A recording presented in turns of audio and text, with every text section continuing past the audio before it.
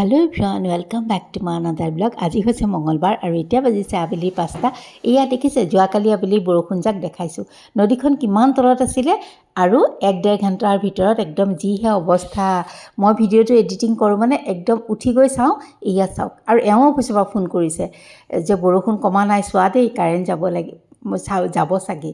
আৰু এয়া হয়ো গৈ বাহিৰত চাওঁ যে নদীখন একদম ওফন্দি উঠিছে আৰু লগে লগে এনেকুৱা এটা লেভেলত কাৰেণ্টটো আমাৰ গুচিয়ে যায়, কাৰণ ৰাস্তাবিলাকত পানী হৈ যায়। আমাৰ ৰাস্তাটোত এয়া অলপ পিছত উঠিছে আৰু তেতিয়ালৈ কাৰেণ্টটো নাছিলে। মই যিকণ পাৰোঁ এনেকৈয়ে ভিডিঅ' কৰি থৈছোঁ। আৰু এয়া ৰাতি 8টা বজাত আহি সোমাইছেহি এওঁ। বহু কষ্ট হৈছে দেই বাহিৰত থকা মানুহখিনি যোৱাকালি। আৰু মই ভিতৰত থাকিনো কি ভিডিঅ' কৰিম, তথাপিতো কিছুমান ফটো দেখিছোঁ, দেখিয়ে দুখ লাগিছে। আৰু এওঁ যে ভালে কুশলে পালেহি সেয়াই বহুত শান্তি, কাৰণ গুৱাহাটীত বৰষুণ দিলে বিৰাট টেনশ্যন হৈ যায়। আৰু দেখিছেনে এজাক বৰষুণে কিমান শান্তিও দিয়ে, কিমান অশান্তিও দিয়ে। আৰু এয়া ৰাতিপুৱা অকণমান পিঁয়াজ কাটিছোঁ, ভাতকেইটা কি কৰিম, যিহেতু কাৰেণ্টটো গুচিয়ে গৈছিলে, গতিকে ৰাতিৰ ভাতকেইটা পানী দি থৈ দিলোঁ, খাব লাগিব। তাৰপাছতে এয়া লৈছোঁ ৰঙালাও। আজি বোলো ৰঙালাও বৰ খাম। বতৰটো যেতিয়া ঠাণ্ডা হৈ থাকে নহয়, তেতিয়া মানে এনেকুৱা লাগে কিবা এটা মচমচীয়া মুৰমুৰীয়া খাওঁ খাওঁ লাগি থাকে। আৰু দুপৰীয়া অকল মই খালে কেনেকৈ হ'ব, মই যে এওঁ অফিচলৈ যোৱাৰ আগত 2 চকলমান এওঁকো ভাজি খুৱাই পঠিয়াই দিওঁ। সেইকাৰণে একেবাৰে ৰেডি কৰি লৈছোঁ, এওঁকো খুৱাই পঠিয়াওঁ আৰু দুপৰীয়া আমিও খাম। সেয়া ৰঙালাওখিনি সৰু সৰু একদম পাতল পাতলকৈ শ্লাইচ কৰিছোঁ দেই, মিহি মিহিকৈ। তাৰপাছতে এই বেচনৰ পেকেটটো লৈছোঁ, দেখিছোঁ অকণমানহে আছে, আকৌ এটা উলিয়াই লৈছোঁ। বনাবৰ সময়ত টেমাত বস্তু নাথাকিলে একে খঙেই উঠে। আৰু সেয়া বাকি ল'লোঁ আগৰটো, আৰু নতুনটোৰ পৰা অলপ উলিয়াই ল'লোঁ, আৰু বাইকখিনি টেমাত ভৰাই ধুনীয়াকৈ থৈ ল'লোঁ। বনোৱাৰ সময়ত বৰ শান্তি লাগে বস্তু আকৌ ভৰোৱা মেলা কৰিবলৈ। সেইখিনিতে দিছোঁ হালধি, জিৰা, ধনিয়া, অকণমান নিমখ, আৰু আপোনালোকে জনি থাকিলে বা কালজিৰা যি থাকে দিব পাৰে। মই আজি ৰাতিপুৱা মানে পাহৰি থাকিলোঁ দিবলৈ। এতিয়া ভিডিঅ'টো এডিটিং কৰোঁতেহে ভাবিছোঁ মই দেখোন এইকেইটা বস্তু নিদিলোৱেই। একো নাই, তথাপিতো খাবলৈ খুব ধুনীয়া লাগে।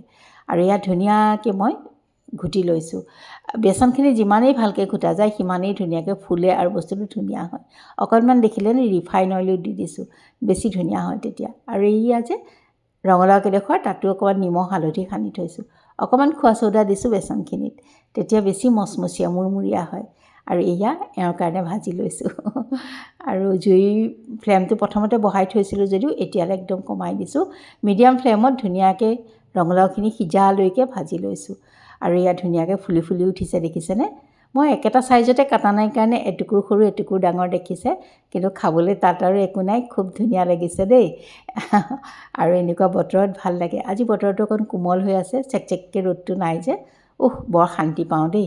একেবাৰে তেৰতেৰকৈ ৰ'দটো ওলালে ভালেই নালাগে। খোৱা বোৱাৰতো শান্তি নাই নহয়েই, আৰু বনোৱা মেলাৰো শান্তি নাথাকে। পাকঘৰটোত সোমাবলৈ তেতিয়া মন নাযায়। আৰু এইখিনি ভাজি লৈ বোলো এওঁৰ কাঁহীখন ৰেডি কৰি লওঁ। দুপৰীয়া আমাৰ কাৰণে বাৰু দেখা যাব। এইবিলাক গৰমে গৰমে খাইহে ভাল লাগে। আৰু এওঁৰ কাঁহীখনো ৰেডি কৰি আছোঁ। সিফালে কেইপিচমান আছেগৈ কাটি লোৱা, মানে এওঁলৈ ভাজিম বুলি লোৱা, সেইখিনিও হেৰি কৰিছোঁ, ভাজি আছোঁ। আৰু এয়া কেনেকুৱা লাগিছে দেখি ক'বচোন। তাৰপাছতে ব'লক এতিয়া এওঁক খুৱাই বুৱাই পঠিয়াই লওঁ। আৰু এয়া যি য'ত ভাজি চাজি আছিলে সেয়া দি দিছোঁ।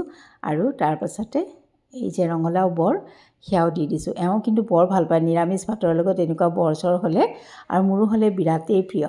আৰু এইখিনি ভাজিবলৈ থৈ দিলোঁ, সেয়া দেখাই দিছোঁ। আৰু এয়া এওঁৰ কাঁহী ৰেডি হৈ গ'ল। আৰু তাৰপাছত দালিখিনি দি লওঁ। এয়া দালি লগতে স্কোৱাছ বইল আছিলে, আৰু এইখিনি দৈ, বাছ মোৰ নিৰামিষ থালি ৰেডি হৈ গ'ল। নিৰামিষত বৰ, পাপৰ, চালাড এইবিলাক থাকিলেহে বেছি ভাল লাগে। আপোনালোকে কেনেকুৱা পায় নাজানো, মই হ'লে ভাল পাওঁ। তাৰপিছত তেওঁক খুৱাই বুৱাই পঠিয়াই আকৌ আহিলোঁ। দুপৰীয়া বহুতো কাম কৰিলোঁ দেই, তাৰ মাজত ভিডিঅ' কৰাহে নাইকিয়া। ভিডিঅ' কৰিলে ইমান সময় লাগে নহয়, বহুত দেৰি লাগে। 1 ঘণ্টাৰ কামটো 2 ঘণ্টা লাগি যায়। আকৌ সেয়া কৰি মেলি উঠি দুপৰীয়াৰ কাৰণে এয়া ধুনীয়াকৈ ভাজি লৈছোঁ। ডাঙৰ ডাঙৰ কেইপিচ থৈ দিছিলোঁ দুপৰীয়া ভাজিম বুলি, নহয় এনেইহে কৈছোঁ, থাকি গৈছিলে। তাৰপাছতে এইখিনি আমাৰ দুপৰীয়াৰ কাৰণে হৈ গ'ল। এয়া তাৰপাছতে ব'লক আকৌ দেখাই দিওঁ। আজি যে কিমান কাম হৈছে, চোতালতো পানী উঠি গৈছিল যে, সৰুটো দেওৰে একে ৰেপি ৰেপি চাফা কৰিলে গোটেইখন।